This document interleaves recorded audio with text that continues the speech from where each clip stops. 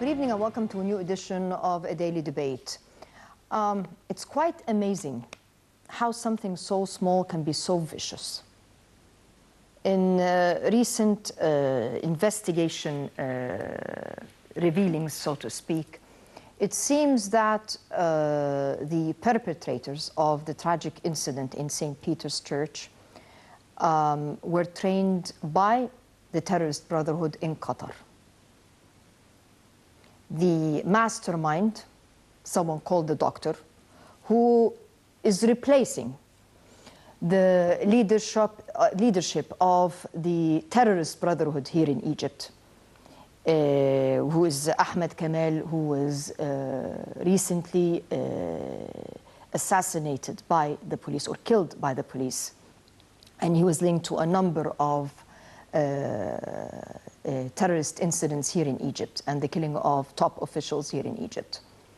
The doctor masterminded, trained the 22-year-old young boy who went inside the church, stood between women and children, and detonated himself, killing himself, and 25 others, leaving many others seriously injured. And who is behind this? The Brotherhood. Where are they being trained? In Qatar. And the question that raises itself right now, when are we going to wake up to the fact that you train someone, you provide a safe haven to someone, and it will turn around and bite you right in the face? When will we see organizations such as the United Nations or the Arab League taking a more positive, more forceful stand towards terrorism and those who harbor it? Hasn't the time come for us to take some serious action against countries that allow such events to take place right in their backyard? This evening with a distinguished gentleman, we'll be delving into how can we separate religion from politics, and more importantly, what should be the Egyptian reaction to such terrorist attacks? How could someone who's allegedly my brother stab me in the back? And how much longer are we expected to tolerate? Before we delve into our discussion for this evening's debate, the following report outlines how did this young, impressionable mind be wasted. And unfortunately, it's not only this young boy's mind, but it's a repeated scenario with a lot of the people of the young generation who think killing others, and it has nothing to do with religion. The idea is to hurt. They are under the impression that somehow they're doing this for God, and that somehow they will be rewarded and go to heaven. Even though in all books, all heavenly books, a suicider's end is in hell. We'll be right back after this report, so please stay with us.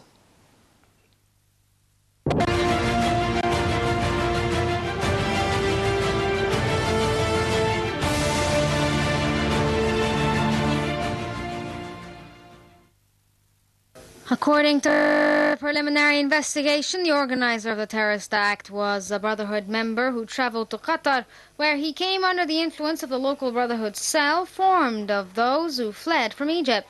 In a statement released earlier by the Ministry of Interior, a terrorist cell led by Muhab Mustafa Sayyid Qasim, nicknamed the Doctor, a man born in 1986 and who is currently on the run, is behind the church attack. The terrorist cell has links to the Daesh-affiliated Ansar Bayt al-Maqdis.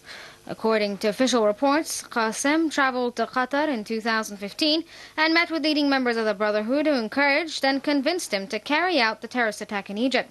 The statement accused the Brotherhood in Qatar of providing financial and logistics support in order to harm Egypt's national security and create division in society. Upon returning to Egypt, Qasim followed orders to travel to northern Sinai, where he was connected to terrorists belonging to the Daesh-affiliated Ansar Bayt there who trained him how to use weapons and how to make explosives. Following his training, Qasim was given orders by the Brotherhood in Qatar to plan and carry out an attack targeting Egypt's Coptic Christian population in order to promote sectarian strife. Qasim was also told not to reveal who was behind the attack after it occurred. Orders were given to Qasim after the death of 61-year-old Brotherhood leader Mohammed Kamal on October 2016. Kamal was killed in a shootout with the police. Kamal and this armed wing were accused of carrying out a number of attacks, including the assassination of the former Prosecutor General Hisham Barakat. After the attack, forensic teams and investigators were able to determine the names of those involved in the attack. According to a statement announced by President Abdel Fattah Sisi, Mahmoud Shafiq Muhammad Mustafa was identified as a suicide bomber who carried the attack on St. Peter's Church, connected to St. Mark's Cathedral. Mustafa, who's 22, received prior training and was arrested for the possession of weapons in March 2014. Mustafa was released 2 months later by an order of court and became more radicalized after his release by the Brotherhood's ideology. He was charged and sentenced to prison in 2 cases in absentia, but he remained a fugitive. Mustafa was identified as a suicide bomber from DNA provided by his family members and matched to his body parts at the scene of the church attack. After the positive identification, a hideout used by Mustafa and others was located, where police found 2 explosive belts and other resources used to build explosives.